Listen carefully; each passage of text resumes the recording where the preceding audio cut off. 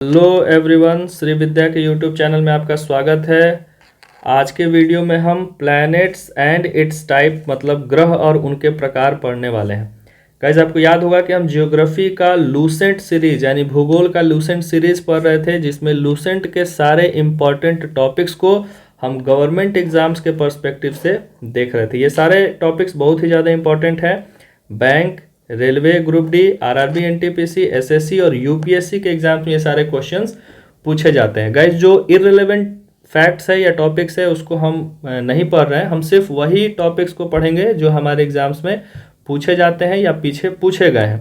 तो वीडियो बहुत ही ज़रूरी है, वीडियो को एंड तक जरूर देखिए और चैनल को सब्सक्राइब करके बेल आइकन को जरूर दबा दीजिए ताकि हमारा नोटिफिकेशन आप तक मिलता रहे। तो चलिए वीडियो को शुरू करते हैं। आज का पहला पॉइंट है कि प्लैनेट्स, चूंकि हम प्लैनेट्स के बारे में पढ़ने वाले हैं और उसके टाइप्स और उसके क्लासिफिकेशन को पढ़ेंगे वीडियो को एंड में, तो हम सबसे पहले ये जान लेते हैं कि प्लैनेट्स एक्चुअली होता क्या है। तो गाइज, ये पॉइंट याद रखना है कि प्लैनेट्स एक हेवनली बॉडी है, यानी खगोलीय पिंड है। वैसा खगोलीय पिंड जो सूरज के आसपास घूमता हो, हमारे सोलर सिस्टम में वैसा खगोलीय पिंड जो सूरज के आसपास घूमता हो, चारों ओर परिक्रमा करता हो, जिसका अपना खुद का लाइट नहीं हो, no light and no heat, यानी जिसका अपना लाइट और हीट नहीं हो, उस हेवनली बॉडी को हम प्लैनेट्स बोलते हैं। हमारे सोलर सिस्टम में कितना प्लैनेट है, ये हमने पिछले वीडियो में भी पढ़ा था कि हमारे सोलर सिस्टम में 8 प्लैनेट है। प्लूटो 9वां प्लैनेट था, लेकिन साइंटिस्ट ने उसको ड्वार्फ प्लैनेट नाम दे दिया था, यानी कि प्लूटो अब कोई ग्रह नहीं रहा, अब वो डॉर्फ यानी कि बौना ग्रह के नाम से जाना जाता है। टोटल कितने ग्रह हैं? 8 ग्रह हैं। आप यहाँ देख लीजिए, ये पिक्चर में दिया हुआ है। 9th प्लैनेट ऐसा कहा जा रहा है कि जो 9वां प्लैनेट है वो नासा के साइंटिस्ट ने डिस्कवर कर लिया है, जिसका नाम है कार्ला। तो ये जांच का विषय है। खैर, अगर क्वेश्चन आता है which is the 9th planet जो नासा के द्वारा खोजा गया है, तो वो है कार्ला नाम का। आपको एक नाम याद रखना है, क्या नाम है? कार्ला। हम लोगों ने पिछले वीडियो में ये देखा था कि सीरीज में ग्रहों का नाम याद करने के लिए कि हमारे सौरमंडल में कितने ग्रह हैं, उसके लिए हम लोगों ने एक सेंटेंस देखा था, जिस सेंटेंस के माध्यम से हमें याद हो रहा था कि सबसे पहला नंबर पे कौन सा ग्रह है, दूसरा नंबर पे कौन सा ग्रह है। क्योंकि एग्जाम्स में ग्रह पूछे जाते हैं कि अर्थ कितने नंबर का ग्रह है या जुपिटर कितने नंबर का ग्रह है। तो जल्दी से हम सेंटेंस को देख लेते हैं। सेंटेंस था, my very efficient mother just served us noodles. हमने क्या बोला था कि सबसे जो इसमें वर्ड है उसका सबसे पहला जो सेंटेंस है इसका सबसे पहला वर्ड हम लोगों को लेना है। जैसे माई का एम, वेरी का वी, एफिशिएंट का ई, मदर का एम, इसी प्रकार से सबका हम लोगों को पहला लेटर लेना है और उससे हम लोग याद कर रहे थे कि कौन सा प्लैनेट हो रहा था। जैसे माई का एम अगर है तो एम से हम लोगों को याद था कि मरकरी होता था, तो मरकरी कितने नंबर पे आ गया? पहला। वी से क्या होता था? वीनस। वीनस कितने नंबर पे आ गया? दूसरा। ई से क्या होता था? अर्थ, यानी अर्थ कितने नंबर पे आ गया? तीसरा। ठीक उसी प्रकार से हम याद कर रहे थे। और एन से क्या होता था? नेपच्यून। और नेपच्यून कितने नंबर पे आ रहा था? 8वां नंबर पे आ रहा था। तो ये एक ऐसा सेंटेंस है जिससे हम जल्दी से याद कर सकते हैं कि कौन सा ग्रह कितने नंबर पे पड़ता है। आप यहाँ देख लीजिए, 1 2 3 4 5 6 7 और एक ये 8।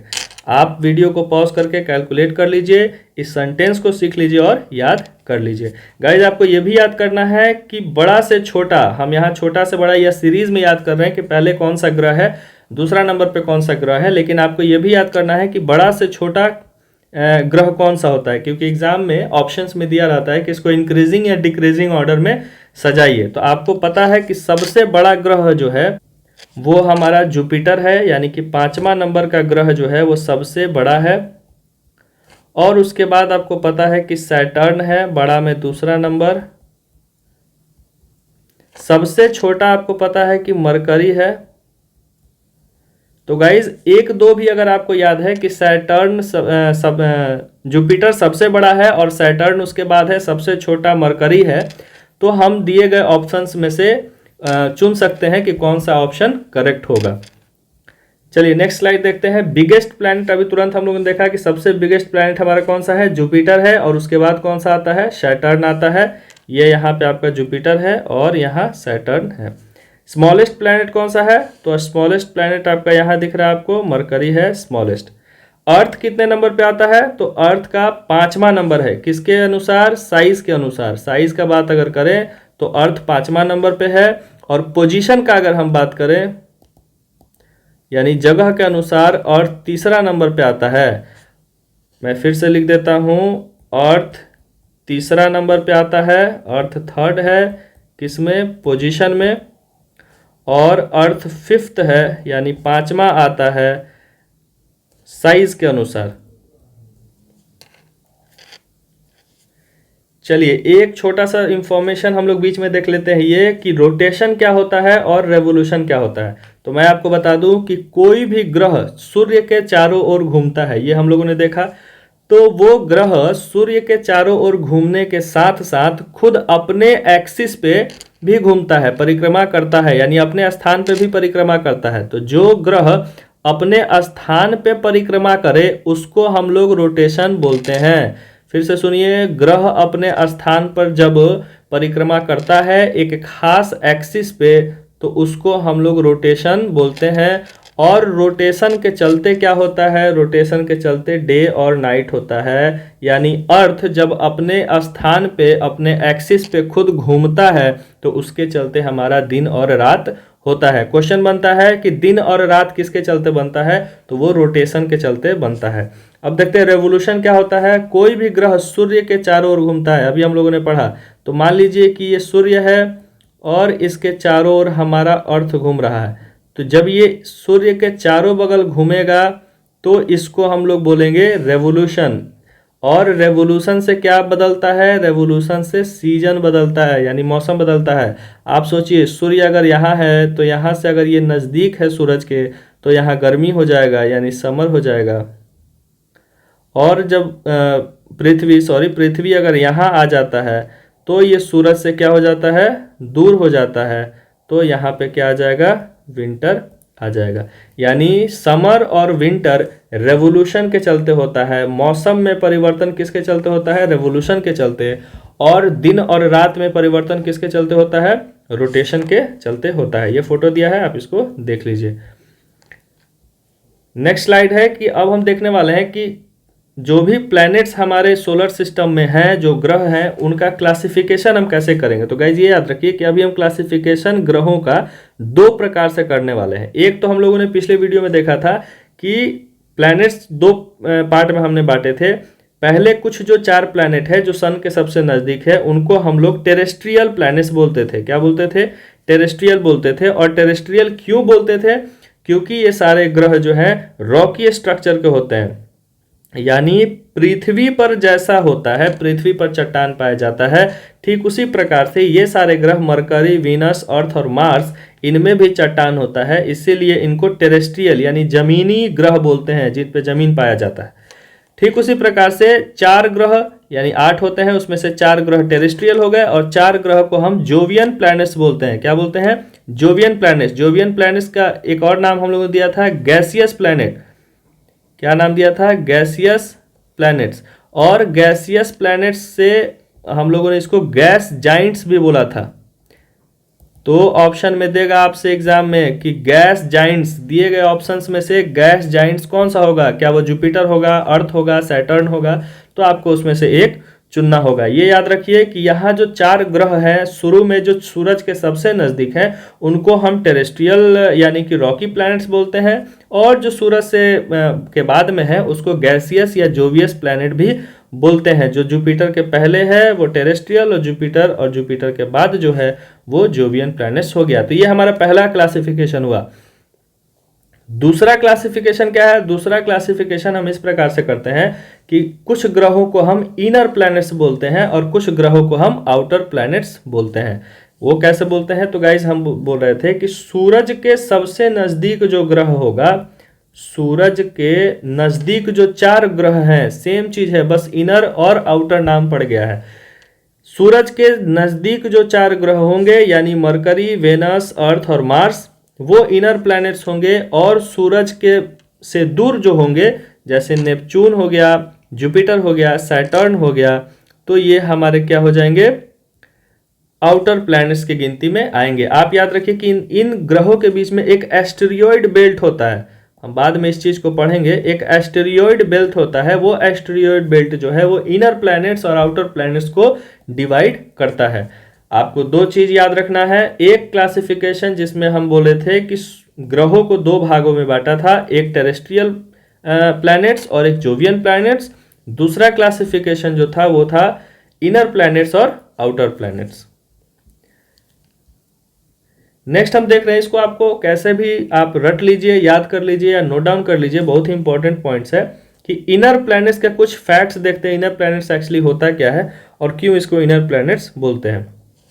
इनर प्लैनेट्स इसलिए बोलते हैं क्योंकि ये एस्टेरॉयड बेल्ट के अंदर पड़ता है, यानी सूरज के करीब पड़ता है। कौन कौन सा है? मरकरी है, वीनस है, अर्थ है और मार्स है। नाम आपको बता दिया, ये सूरज के नजदीक है, नियरर टू द सन। चूंकि ये सूरज के नजदीक है इसलिए इनर प्लैनेट्स। रॉक के बने होते हैं, made of metallic mineral inside, यानी इन सारे ग्रहों के अंदर, जिस प्रकार से पृथ्वी के अंदर हम लोगों का जो पृथ्वी है उसके कोर के अंदर मेटल मिलता है, यानी आयरन, सोना, चांदी सब निकलता है पृथ्वी से, उसी प्रकार से ये सारे ग्रहों में भी मेटेलिक फीचर मिलता है, यानी मेटल उसके अंदर पाया जाता है। इनका जो रेवोल्यूशन होता है, जो अभी मैंने बताया कि सूरज के चारों ओर घूमने का जो स्पीड है, इनका जो रोटेशन और रेवोल्यूशन होता है वो थोड़ा फास्ट होता है। रेवोल्यूशन इनका बहुत फास्ट होता है, किसके कंपैरिजन में? आउटर प्लैनेट्स के कंपैरिजन में। इनका कोर अगर हम देखें, यानी इन ग्रहों के बीच में इनका कोर अगर हम देखें तो उसके अंदर मॉल्टल मेटल यानी पिघला हुआ मेटल पाया जाता है। आप एग्जाम्पल के तौर पर ले सकते हैं कि अर्थ के अंदर क्या पाया जाता है? आयरन पाया जाता है। आप देखते होंगे Fe जो कि आयरन का सूत्र है, आयरन पाया जाता है किसके अंदर? अर्थ के अंदर, कोर में। इनका एक खास एटमॉस्फेयर होता है जो कि बहुत ही पतला होता है। दूसरा पॉइंट क्या है? इनका जो सैटेलाइट होता है वो बहुत ही कम है। आपको देख सकते हैं कि अर्थ का जो सैटेलाइट है, आपको भी पता है कि अर्थ का एक ही सैटेलाइट है और वो कौन सा है? मून है। यानी इनर प्लैनेट्स का जो सैटेलाइट या नेचुरल सैटेलाइट कह लीजिए वो कितने हैं? बहुत ही कम होते हैं, 1, 2, 5, 10, ये 60-70 के करीब में नहीं होते हैं। अब कुछ फैक्ट्स देख लेते हैं आउटर प्लैनेट्स के बारे में। आउटर प्लैनेट्स में आते कौन कौन से हैं? जुपिटर है, सैटर्न है, यूरेनस है, नेपच्यून है। यानी 4 जो बाद में पड़ते हैं, सूरज से दूर हैं, वो आउटर प्लैनेट्स कहलाते हैं। चूंकि ये दूर हैं सन से, ये गैसियस भी होते हैं। हमने इसको जोवियस प्लैनेट्स भी बोला था। ये गैसियस होते हैं क्योंकि इनमें हीलियम और हाइड्रोजन का मात्रा ज़्यादा पाया जाता है। इनमें ऐसा भी देखा गया है कि इनके अंदर, ग्रहों के अंदर, ये देखिए, ये रिंग लाइक स्ट्रक्चर पाया जाता है। रिंग मतलब आपको लगेगा कि इनके चारों ओर कुछ घूम रहा है। आप सैटर्न में देखे होंगे कि सैटर्न में रिंग लाइक स्ट्रक्चर पाया जाता है, बाकी ग्रहों में भी होता है। इनका जो मून होता है वो ज़्यादा नंबर में पाया जाता है। एग्जाम्पल के तौर पे आप देख सकते हैं कि जुपिटर का 67 मून होता है। जुपिटर में टोटल कितने मून होते हैं? 67 मून होते हैं। उसी प्रकार से इन सारे ग्रहों का जो मून होता है वो इनर प्लैनेट्स के मुकाबले ज़्यादा होता है। तो ये कुछ फैक्ट्स हम लोगों ने देखा इनर और आउटर प्लैनेट्स के रिगार्डिंग। तो गाइज ये सारे फैक्ट्स इंपॉर्टेंट है, इसको याद कर लीजिए, वीडियो को पॉज करके नोट डाउन कर लीजिए, रिवाइज करते रहिए और वीडियो को बार बार जरूर देखिए। तो आज के वीडियो में इतना ही।